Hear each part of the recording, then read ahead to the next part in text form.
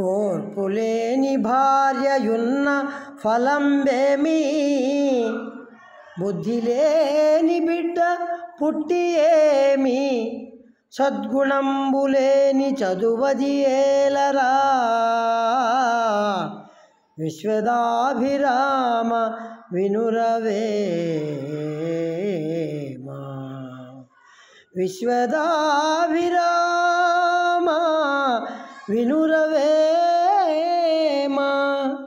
సద్గుణంబు లేని, మంచి ప్రవర్తన లేని, చదువు ఉన్నా ఒకటే లేకపోయినా ఒకటే అంటున్నాడు. అలాగే బుద్ధి లేనటువంటి బిడ్డ పుట్టి ఉపయోగం లేదు. అలాగే ఓర్పు లేని, సహనం లేని భార్య ఉన్నా ఏమి ఫలం అని చెప్పి వేమని అంటున్నాడు. విన్నారు కదా? మళ్ళీ మరొకసారి చదువుకుందామా మరి ఈ పద్యాన్ని.